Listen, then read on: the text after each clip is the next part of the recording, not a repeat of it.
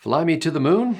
The Ruskies say niet. Hi, this is Scott Ott with Bill Whittle now. And Bill, there is a story in thehill.com by a Mark Whittington who's really referring to a piece over at Ars Technica, ARSTECHNICA.com, about the fact that in a recent interview, Dmitry Rogozin, who is the head of the Russian Space Corporation, has suggested that he is not interested in partnering with the United States as they have in other ways with the International Space Station, for example, in the Artemis project, which is this moon mission, the new moon landing mission and moon base mission. In fact, Jim Bridenstine, the NASA administrator, is out there working with other countries. He recently signed an agreement with Japan, both for cooperation on the ISS and on the Artemis mission. They signed, by the way, Bill, you probably are familiar with this, a joint exploration declaration of intent, otherwise known as JEDI. This, I kid you not. Bill, the Russians suggest, or at least Rogozin suggests, that China would make a much better partner for such a mission, and that the United States is engaged in little more than a political activity when it comes to the moon mission. Well, first of all, needless to say, speaking here in the middle of 2020, I just can't get enough China, and any way we can move closer to China just is just an awesome opportunity for us.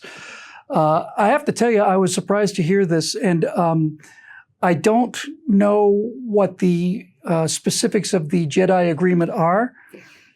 My main curiosity, of course, is, does this mean that there would be a Japanese astronaut on the first mission? I don't know. I don't think we need to be partnering with anybody for this one, to be honest with you. And I think there are plenty of good reasons not to be partnering with anybody on this, beyond which just the glory of it all is actually relatively minor compared to some other reasons. Well, Bill Whittington suggests in this article that if it weren't for such international partnerships, part of which President Clinton helped to pull together with the Russians, that the ISS might not have happened because, frankly, Congress was balking at the expense. But by making it look like it was something that had international support, it was much more to their liking, that it had geopolitical implications. You say this guy's name is Bill Whittington?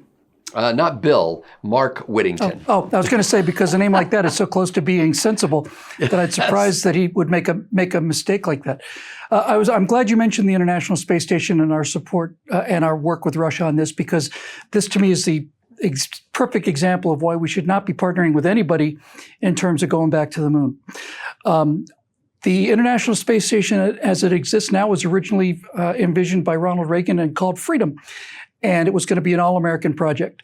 And as usual, as with the space shuttle and with the cancellation of the final Apollo missions, which were going to go to unbelievably exotic locations on the moon, just canceled. The International Space Station evolved out of the Freedom Station, and we had to make some compromise with the Russians in order to do this. In other words, in order to get Russian support for building the station and also for getting elements up there on their reliable but somewhat long in the tooth rockets, we had to make some compromises on the International Space Station. And of the compromises we made, I think the one that probably bothers me the most is the compromise that we made with Russia that in turn made the International Space Station pretty much utterly useless. Russia launches from a fairly northern latitude.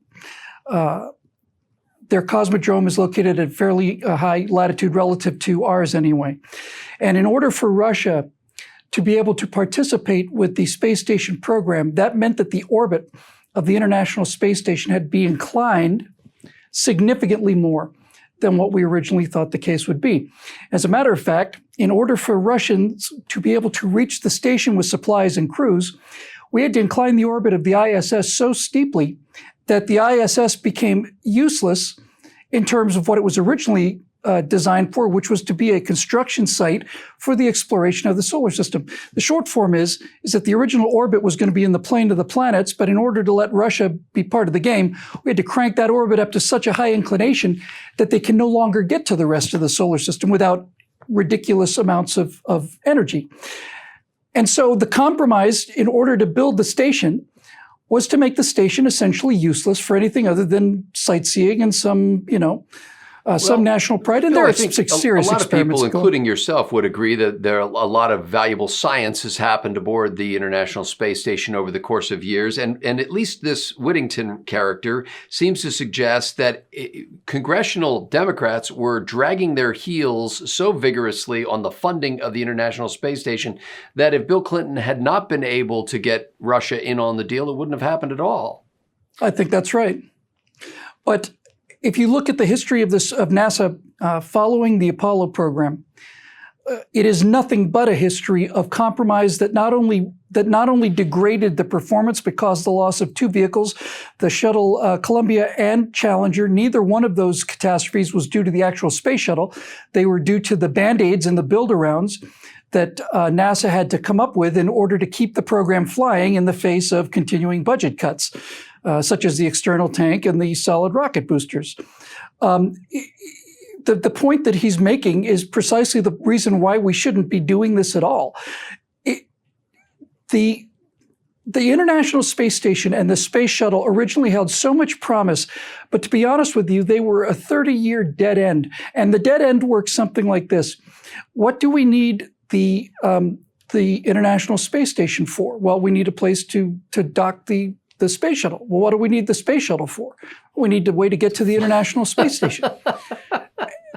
And, it's a self-licking ice cream cone. But truthfully, and you're talking to a guy who has been a NASA lover, and I don't have to explain, I guess, at this point, how deeply I love and understand America's space program.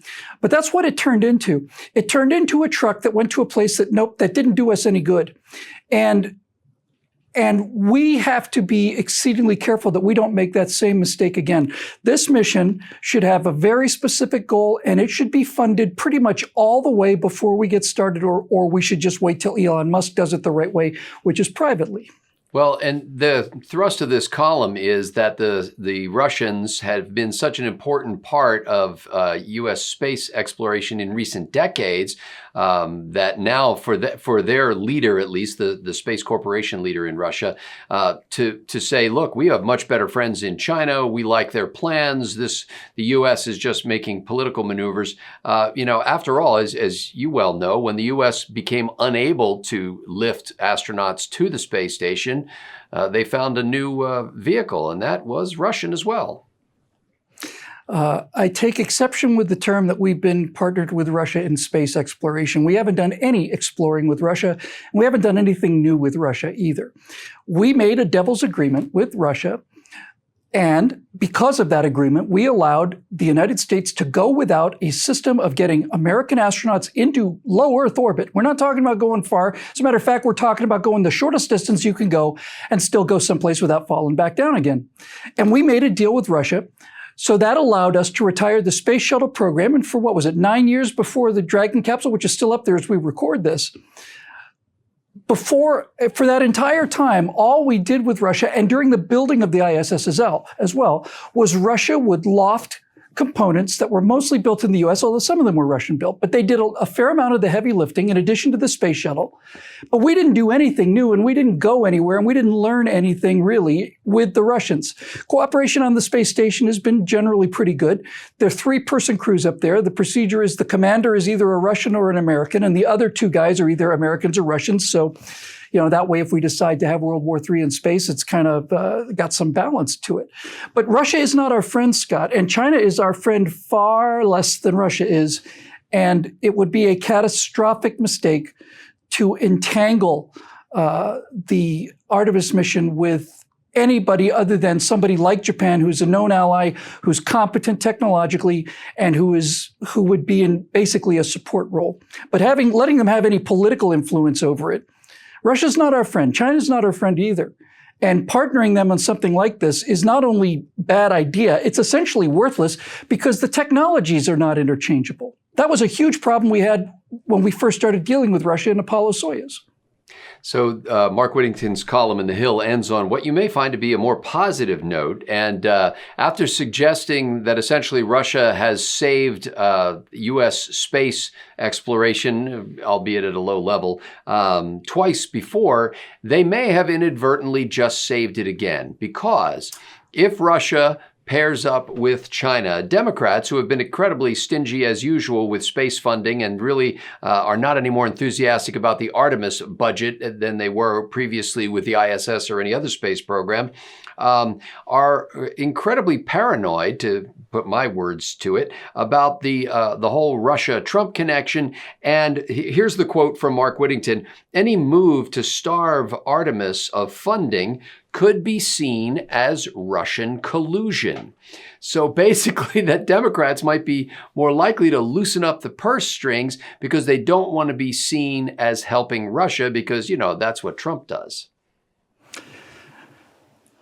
So what he's saying is that the Democrat-invented story of Russian collusion, coupled with the Democratic Party's close ties to China and basically throwing shade on them during this entire COVID-19 pandemic, the idea that two of these two fantasies together might combine to force them to fund an American moon mission. Is that the logic that I understand here? Or at least be a little less stingy with it. Yes, because they don't want to be seen as not being willing to compete with Russia, because after all, It's not the Democrats who are colluding with Russia.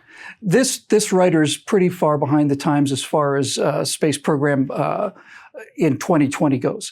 And the main reason he's far behind the times is this entire idea that this should be a government program on the part of the U.S. If Donald Trump is half smart and Mike Pence is in charge of this program, as traditionally is the case for the vice president, and Mike Pence is all the way smart, what they will do is they will take whatever government money they can find for it and give it to private enterprise with the understanding that private enterprise would make up the difference. Something along those lines. If that were to happen, we'd be on the moon in 2 years, 4 years at the top end, and we wouldn't know anybody anything, and we wouldn't go with half-completed missions that were just essentially flying bunches of Band-Aids.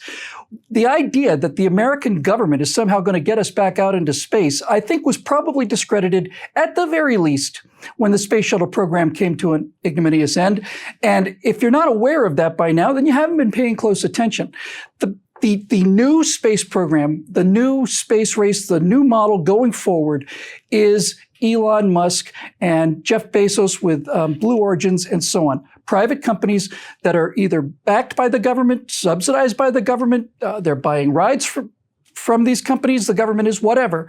But the idea that the U.S. government is somehow going to get us to the moon and keep us there is an idea that has no evidence for it historically, period, including the Apollo program, because the Apollo program basically was cut off in mid-stride just before we got to the really, really good stuff. So no, we should not be planning on the government doing this. The government has a part in it, great. But let's go with people that can do the job, and let's hire people that know how to run companies and know how to get things done and are run by a person with vision, rather than bureaucrats on our side working with bureaucrats on the Russian side, colluding with bureaucrats on the Chinese side. This idea is an idea from the 1960s that is really, frankly, a little embarrassing to be talked about, I think, in 2020. If you have not yet seen Bill Whittle's documentary, Apollo 11, What We Saw, you'll find a banner link to that right at the top of BillWhittle.com. And we encourage you to watch all 4 episodes of that. And if you 51 years ago, as we record this, by the way, July 20th, 1969. Wow. Coincidentally, at least coincidentally on my part. I'd like to say that I knew that and therefore scheduled this. We'll just pretend that you did. In addition, the Apollo 11, What We Saw, Bill's The Cold War, What We Saw podcast series is also available with a link at the top of BillWhittle.com. If you like this kind of content, if you enjoy the kind of people who would like this kind of content and enjoy hanging out with them and hearing what they have to say and sharing your thoughts with them, then maybe you should become a member at BillWhittle.com. You can do that by clicking the big green button that says Become a Member at the website. For Bill Whittle, I'm Scott Ott. Thanks for watching.